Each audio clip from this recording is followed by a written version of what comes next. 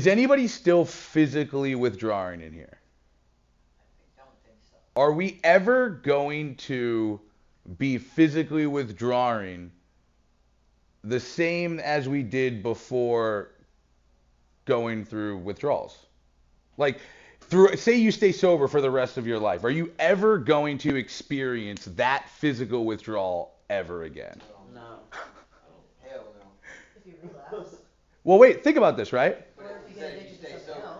So let's say anybody hear of applied behavioral analysis? You know what that is? It's just like changing a behavior. You know what I mean? Say somebody has the behavior of punching themselves in the face. So when I took applied behavior, have anybody heard me tell the story before? Oh my God, dude. So when I was in college, I took a class called Applied Behavioral Analysis. And in applied behavioral analysis, I had a teacher named Professor Tudor, and he told a story about Suzie. Okay? Now we're going to build a comparison between Suzie and us. Suzie had a problem of punching herself in the face. Okay? Suzie would punch herself in the face 7 to 10 times a day. So her relationship, she started having all these problems. She's powerless over punching herself in the face. No matter how much she tries to not punch herself in the face, she finds herself powerless over doing it, punches herself in the face, causes so much unmanageability in her life, ruins relationships. She can't have a job. She's even been stories of her punching herself so hard that she bruises herself, faints, falls, hits her head on the floor, has to get stitches, bruises. So now she's having physical problems as a result of punching herself in the face, can't maintain a job, can't maintain relationships. So they send her to a place somewhat like this one, right? A institutional facility where they can help her stop punching herself in the face, okay? Now, she goes to a place like one of these. She walks into a group, and maybe I'm in here and I go, "Ooga blah, blah, blah, blah," and she freaks out, punches herself in the face, dude, right? Okay? And then the next thing you know, I go, "Whoa!" Everybody freaks out. They're like, "Oh my God, whoa, what just happened?" She freaks out. She's like, boom, 2 times. She's punched herself in the face, right? I say, "Oh no, let's get out of here." I take her out. I put her into fucking Sean's office. So she starts doing a therapy session with Sean. On the way there, she punches herself again, okay? That's 3 punches in a mere 10 minutes, okay? Let's just keep this in mind. 3 times in 10 minutes. What? I thought we had a bad. Okay, so Susie's punching herself in the face, having all these problems. Everybody in here is like, "Jimmy, what the fuck just happened?" I'm like, "Dude, I don't know. I'm just here to help people with addiction. I don't know what happened there." And let's say she ends up, gets over it, has a therapy session with Sean, and throughout the rest of the day here, she does not punch herself. But when she goes home, she does one in the shower, you know what I mean? One when no one's kind of looking. Maybe even one at the dinner table, but it was a soft one. It wasn't like a hard one, right? Now, as clinicians, right, as people who are trying to help Suzie, we must identify the problem in its full effect. What is the problem? Okay, Susie's punching herself in the face. She's not slapping. Let's identify what is a punch. She's not slapping. She's not scratching or pinching or tickling. She's punching. What is a punch? Closed fist, right? Upward motion. She's not hitting herself in the leg. She's not hitting herself in the chest. She's hitting herself in the facial area. Okay? So that's what it is. How intense is it? Sometimes it's just a little, right? Just a little punch. Okay? Other times it's a full slam of the face, you know what I mean? So it varies on how bad it is. So now, let's say she gets here day one, okay, and punches herself the normal amount, like 7 to 10 times a day. If you were to go back and add up her first day, that was 7 times. That's the way I did it, right?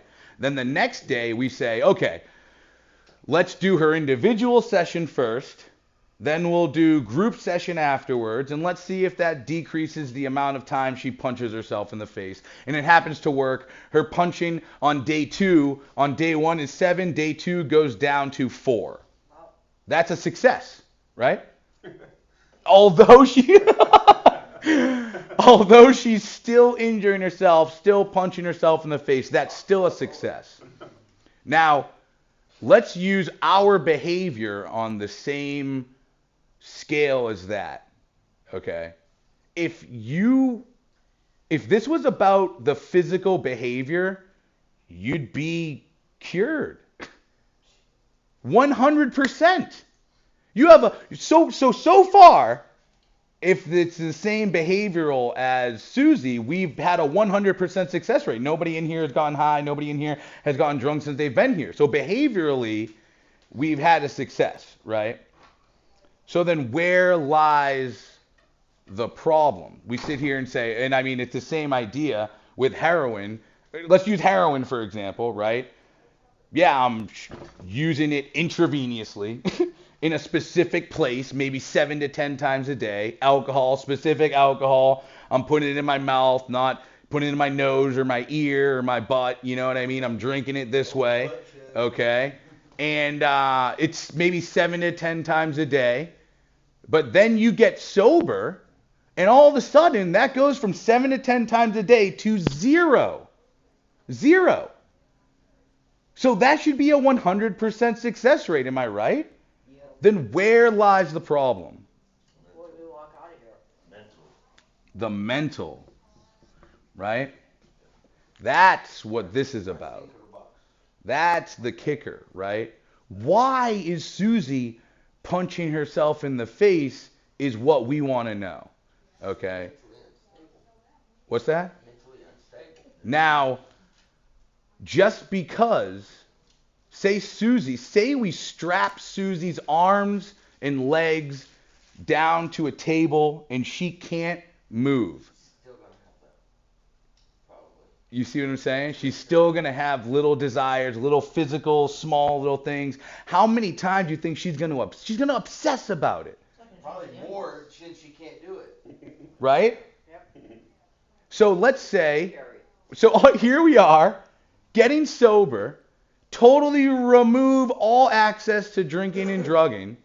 What do you think is going to happen to your mental obsession with that behavior?